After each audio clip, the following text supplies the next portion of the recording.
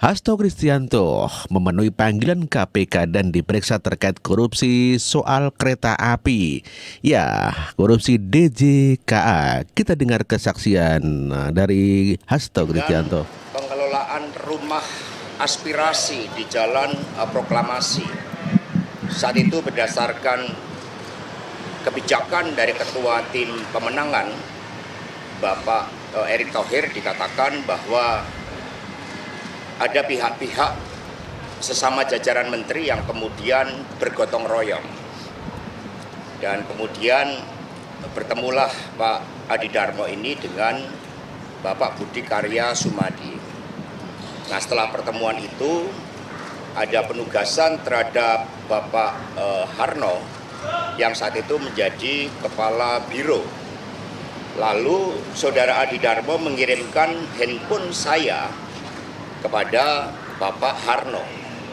Itulah menurut Saudara Adi Darmo asal muasal mengapa saya diundang untuk diminta keterangan sebagai saksi. Apakah itu benar atau tidak? Disinilah tempat klarifikasi yang terbaik.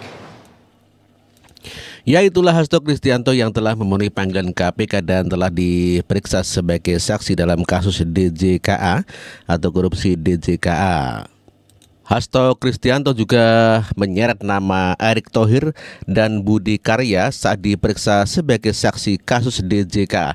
Kita dengarkan pernyataan Hasto Bagaimana Kristianto. yang saya sampaikan hari Kamis yang lalu, bahwa hari ini saya datang memenuhi panggilan dari Komisi Pemberantasan Korupsi untuk memberikan keterangan yang sebenar-benarnya. Pada saat itu dalam kapasitas saya sebagai sekretaris tim pemenangan Bapak Jokowi Kiai Haji Ma'ruf Amin pada tahun 2019, di mana menurut keterangan Saudara Adi Darmo yang saat itu menjadi Kepala Sekretariat Kantor terkait dengan pengelolaan rumah aspirasi di Jalan Proklamasi.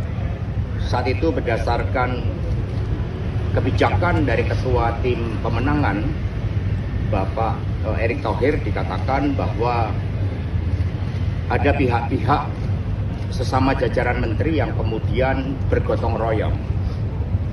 Dan kemudian bertemulah Pak Adi Darmo ini dengan Bapak Budi Karya Sumadi.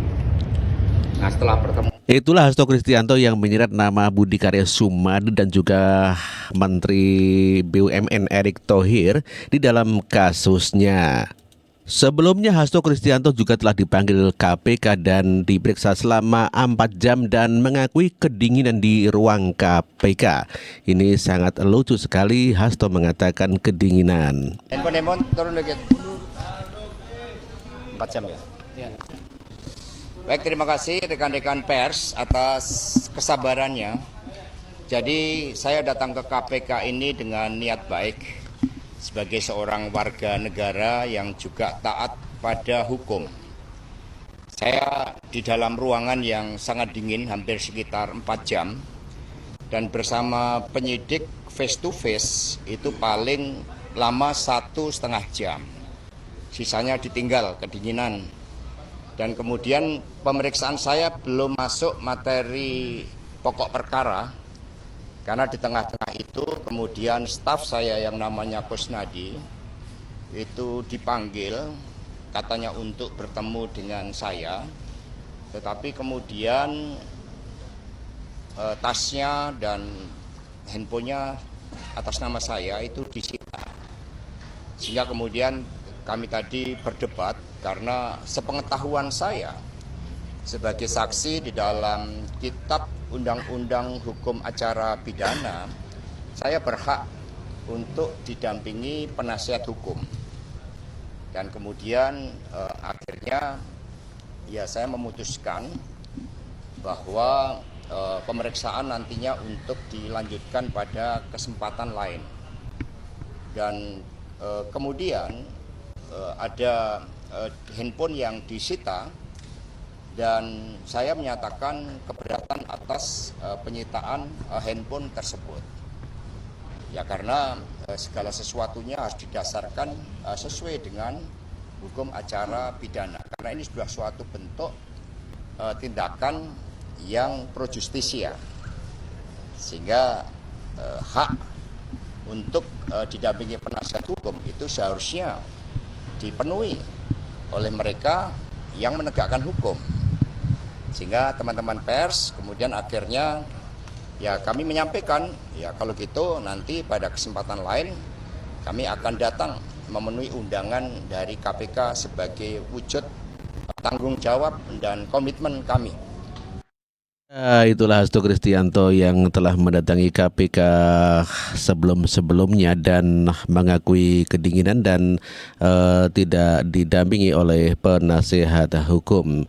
Sebelumnya Megawati Soekarno Putri memberikan dukungan kepada Hasto Kristianto agar tidak takut kepada KPK. Terus mau cari-cari, kan sekarang kan gitu, ditarget gitu kan, betul dah? Nah iya kok gitu takut. Ya kayak Pak Hasto, sampai saya nanya, salah bobo atau? Loh iya, ya biarin aja Jeng, dimutasi aja takut. Ya kalau rezeki kayak saya ini, coba ya bapak saya digitukan. Ini sejarah loh, karena gini masalah kebangsaan. Bapak saya digitukan, kita jadi orang biasa gitu. Akhirnya ya kalau emang di sini tuh, gitu. Kalau dipaksa juga nggak bakalan jadi. Kenapa kan? Karena saya ya tetap dicintai rakyat itu ya apa ya. Jadi saya bilang sama Hasto, udah nggak usah takut. Nggak usah takut ya. Kamu diambil, aku pergi ke Kapolri, aku bilang gitu. Coba ingin apa ngomong si Kapolri itu. Loh ya, enak aja. Masukin itu ke media.